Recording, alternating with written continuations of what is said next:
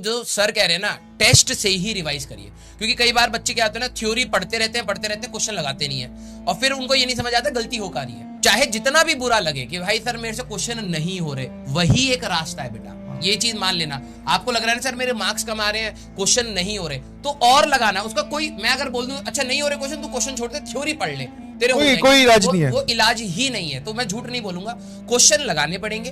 तुम number of questions कम कर लो, भले ही मान लो तुम 30 टारगेट कर रहे हो तो तुमसे नहीं हो पा रहे, तुम 10-15 लगाओ, लेकिन पूरी एनर्जी के साथ लगाओ, फोकस के साथ लगाओ। नहीं हो रहे सवाल तो उनकी थ्योरी पढ़ के उसके ऊपर के 2-3 क्वेश्चन और लगा लो। और याद करो सर, हम लोगों ने इनको कहा था कि लोग रिवाइज करके भी नहीं पहुंच पाते हैं भाई, बहुत सारी चीजें रिवीजन में छूट जाए, पढ़ी होती है भूल जाते हैं। ठीक है, आप बस रिवीजन देके, टेस्ट देके जितने PYQs लगा सकते हो, इसमें कोई ये गिनना नहीं है सर मैं कितने लगा लूं वो सफिशिएंट है, सफिशिएंट तो कुछ भी नहीं है। ठीक है, आप सारे लगा लो, फिर भी हो सकता है पेपर आपका ऐसा चला जाए कि खराब हो जाए। तो लेकिन आपको क्या करना है, अपने एंड से जितनी आप कर सकते हैं आप पूरी कोशिश करिए। खुद की जिम्मेवारी खुद ही लेनी होती है। आप दूसरे पे डिपेंडेंट रहकर कैसे रिवाइज करवा सकते हो सकता है मैं पढ़ाने आऊं तो मेरे हिसाब से 5 चीजें ये इंपॉर्टेंट है, तुम्हें हो सकता है उनका हवा भी ना लगे कि सर ये आप क्या बता रहे हो, समझ में आया? तो खुद की रिवीजन खुद करो और नई नई चीजों की तरफ मत भागो प्लीज। तो आपको जैसा बोला जाए बस आप वैसा करिए।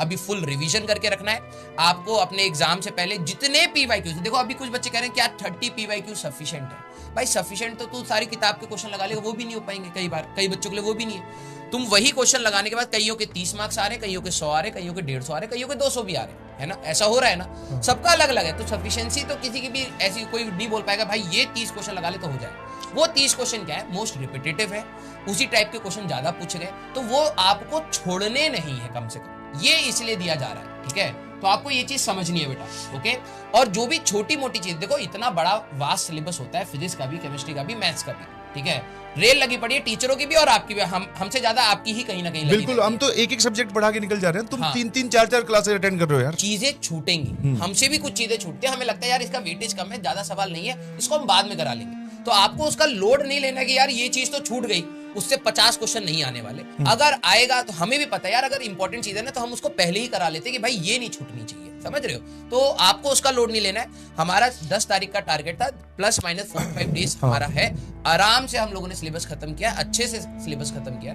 बस आपको क्या करना है, उस सिलेबस को जो पढ़ाया गया है उसको कन्वर्ट करना है मार्क्स में, और उसका तरीका सर ने बताया है टेस्ट और टेस्ट के साथ एनालिसिस। आपने टेस्ट दिया, जो क्वेश्चन गलत हुए, अगर आपने मुड़ के नहीं देखा तो कोई फायदा नहीं हुआ उस टेस्ट का, लिटरली बता रहा हूं। तो उसको मुड़ के देखिए, उसके ऊपर भले आप 4-5 सवाल और एक्स्ट्रा कहीं से ढूंढ के, मॉड्यूल से, DPP से, या फिर क्लास के ही क्वेश्चन आप दोबारा खुद से सॉल्व कर लीजिए। अगर आपने इतना भी होल्ड कर लिया ना, कई लोगों की NIT यहीं पर क्लियर हो जाएगी। बिल्कुल बिल्कुल, अरे बहुत बढ़िया हो जाएगा, मजाक नहीं, तमीज से आपकी NIT यहाँ पर आपके हाथ में आ जाएगी। बस आपको अब घबराना नहीं है, क्योंकि कई बच्चों को ना घबराहट भी होती है, सर अब तो 15-20 दिन बचे हैं और इतना सारा रिवाइज करना है। याद रखना, कभी भी मुश्किल में होते तो ये चीज सोचना कि क्या मैं अकेला हूं, सभी लोग तो है ना, यही हालत है। हाँ, सभी लोगों की यही मुश्किल वाली हालत है। तो आपको बस ये करना है, इसको होल्ड करके रखना है, क्योंकि यहाँ से और एफर्ट डालना तो टफ होता है, लोग पीछे भागना स्टार्ट करते हैं। होल्ड कर लीजिए बस अपनी पोजीशन को कि यार जितना मैं पढ़ रहा हूँ उतना पढ़ता चला जाता हूँ, देखते हैं क्या होता है। आपने होल्ड कर लिया, वही बहुत बड़ी एडवांटेज हो जाएगी आपकी। Only 0.1% of the students are very serious and very consistent all the time,